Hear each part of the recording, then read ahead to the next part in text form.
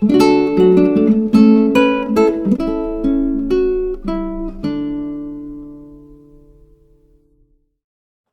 dia, meu irmão, minha irmã, bem-vindos a este nosso encontro de toda manhã da reflexão da Palavra de Deus. Hoje, terça-feira, dia 22 de fevereiro, da 7ª semana do Tempo Comum. A igreja hoje celebra a Cátedra de São Pedro, festa. O que é cátedra? É a cadeira, ou seja, o lugar onde o Papa pode ensinar, falar a toda a igreja. Esta festa quer destacar o papel da unidade de Pedro na igreja. Porque senão, imagine com tanto bispo, cada um com a sua cabeça, a sua ideia, o seu ponto de vista, e a igreja não é uma assembleia, eu diria, como o Congresso, no qual a grande maioria vota e se diz o que é certo, o que é errado, o que é verdade ou não. Não. Na Igreja Católica há um depósito que foi confiado à Igreja, óbvio, mas na figura de Pedro quer simbolizar, significar a unidade. Que sim, somos muitos e temos muitos bispos, sucessores dos apóstolos. Porém, a Igreja, como mantém a unidade? Pedro, o Papa, no ensino, na comunhão, ele que preside a comunhão na Igreja, ele que preside, de fato, os irmãos, confirmando, corrigindo. Precisa ter uma cabeça, é um corpo. Sem cabeça, a coisa não funciona. Porém, o Papa não pode fazer as coisas pela cabeça, porque eu sou o Papa, defino, não. Ele exerce esse ministério, tendo que ser fiel à tradição, ao depósito, e também, para não correr o risco de fazer as coisas talvez pela cabeça, há, eu diria, uma equipe, não a Cúria Romana, os dicastérios da Cúria Romana, aos cardeais, ou seja, há sempre pessoas que ajudam, não? Que estão ali para dar um suporte, mas é o Papa, aquele que preside a unidade na igreja. E por isso hoje nós celebramos isto, esta unidade, este papel, esta função de Pedro de confirmar os irmãos na fé. Eu espero que a liturgia de hoje ajude a todos nós, porque a primeira leitura é da primeira carta de Pedro, capítulo 5, do versículo 1 ao 4. Ele, Pedro, exorta aos irmãos que são presbíteros como ele, diz ele, ou seja, aqueles que presidem a comunidade, ajuda, têm uma função de mestres, de guias na comunidade. A como exercerem isto? Sim, Pedro tem a primazia, tem este munus. Cristo colocou Pedro, escutaremos do Evangelho, em ti construirei a minha igreja. Mas aquilo que ele deu a Pedro, também deu aos apóstolos. Porém, quis destacar o papel de Pedro. E Pedro hoje, pela experiência dele, como aquele que tem que exercer esta função na igreja, junto aos irmãos, ele orienta como que se preside com bom espírito na igreja, o rebanho de Cristo. Olha, sede pastores do rebanho de Deus confiado a vós. Cuidai dele, não por coação, não, coagindo, mas de coração generoso. Porque, olha, não é fácil.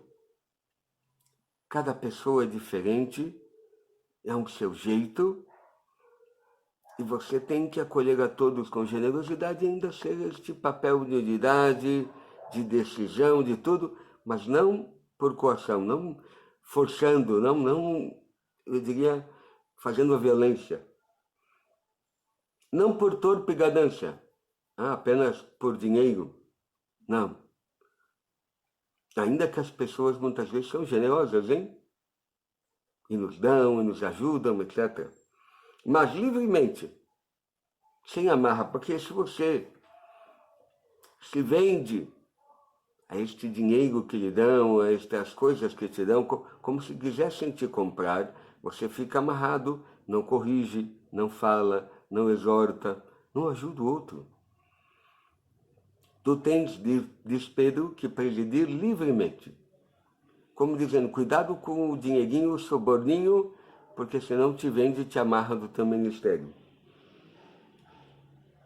Não como dominadores daqueles que vos foram confiados, mas antes como modelos do rebanho. Por isso espero que nós rezemos pelo Papa, hoje em especial, para que ele seja entre os irmãos aquele que nos ajuda, aquele que corrige, aquele que exorta, aquele que dá o norte, aquele que mantém em nós este gelo, este fogo aceso na igreja. Principalmente, como diz aqui Pedro, para aqueles que presidem, que têm esse ministério de pastores na igreja. E por isso espero que rezemos por todos os bispos, os padres, que eles sejam fiéis, como orienta Pedro, como quero hoje ajudar Pedro. O evangelho de hoje, do evangelho de São Mateus, capítulo 16, do versículo 13 ao 9. É o famoso evangelho, escutamos a versão, me parece que de Marcos ou Lucas, estes dias atrás, mas aqui em Mateus, Jesus leva os discípulos a Cesareia de Filipe e faz aquela pergunta: quem dizem os homens ser o Filho do Homem? Aí respondem ao que o povo pensa. Lembrem-se que ele está falando aos judeus. Por isso, as respostas são religiosas. E estão, eu diria, para um judeu, eles estão esperando o Messias. Olha, uns dizem que você é João Batista. Ressuscitou, eu sei lá. Outros é Elias, que devia vir. Outros ainda que é Jeremias, alguns profetas, sempre ligado ao povo de Israel, à sua história, às promessas da vinda do Messias. E então Jesus perguntou: e vós, quem dizeis que eu sou? É Pedro, em nome dos apóstolos, é que responde: tu és o Messias, o Filho do Deus vivo. E aqui Pedro, aliás, aqui Jesus faz a Pedro primeiro uma afirmação. Feliz és tu, Simão, filho de Jonas, porque não foi por um ser humano que te revelou isto, mas o meu Pai que está no céu. Ou seja, você não teria chegado a esta conclusão se meu Pai não tivesse te ajudado a entender isto. Porque nem você, nem os outros, Pedro, pela mentalidade mundana ainda, não conseguem enxergar, apesar dos sinais, dos milagres, de tudo que eu fiz, que difícil vocês entenderem que eu sou o Messias, o Filho de Deus vivo. Mas aí Jesus lhe faz uma promessa, uma afirmação, não? Por isso eu te digo que tu és Pedro, pedra, e sobre esta pedra construirei a minha igreja. O que é sobre Pedro? Sobre a capacidade, inteligência da pessoa de Pedro? Não. Mas da profissão de fé que fez Pedro, que Pedro acabou de fazer. É nesta profissão de fé de que eu sou o Messias, de que eu sou o Filho de Deus, é que eu vou construir a minha igreja. Não nas tuas capacidades, não na tua inteligência, não no teu voluntarismo que acha que é corajoso. Eu morrerei por ti, ainda que todos te abandonem, não negará Jesus. Enfim, não nisso, mas por esta afirmação que Pedro fez. Tu és o Messias, o Filho de Deus vivo. É nisto que eu vou construir a minha igreja, nesta fé. Nesta verdade que você proclamou, Pedro. E o poder do inferno nunca poderá vencer a igreja. Claro que a igreja, às vezes, fica ferida, manchada pelo pecado, de um padre, de coisa, tá bom. É verdade, os escândalos na igreja.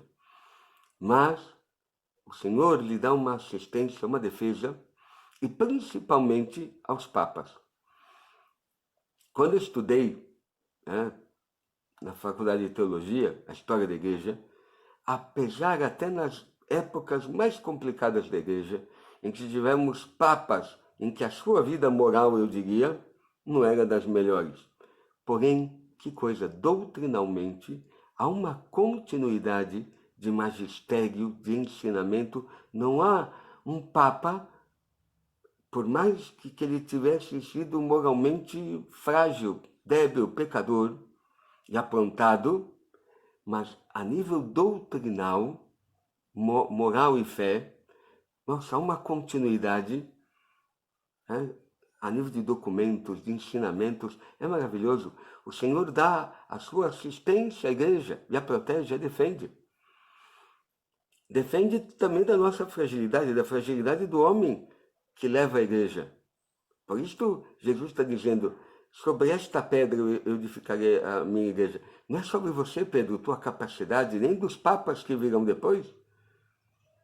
Não, eu sei que são pessoas muito pobres, muito fracas, mas é nesta profissão. Enquanto vocês forem fiéis a esta doutrina, a esta profissão, a esta proclamação da fé de que eu sou o Messias, o Filho de Deus, e por isso vocês têm que me escutar e guardar aquilo que eu estou ensinando, a igreja, o inferno, as portas do inferno não vão prevalecê-la. O dia que a igreja abandonar este depósito da fé, esta comunhão, esta unidade da igreja, aí sim. Por isso, Pedro, este porta-voz, este homem que o Senhor coloca como sinal de unidade na igreja. Eu te darei as chaves do reino dos céus. Tudo que tu ligares na terra será ligado nos céus, e tudo que tu desligares na terra será desligado no céu. Ou seja, o que é isto? Uma pessoa prefere viver das paixões, dos desejos, pois fica ligado aí na terra. Você não quer viver aqui, mas quer ir para o céu, quer ser discípulo de Deus, quer ter a vida eterna. Então Pedro, a igreja, tem poder de te desligar do mundo para ligá-lo ao céu.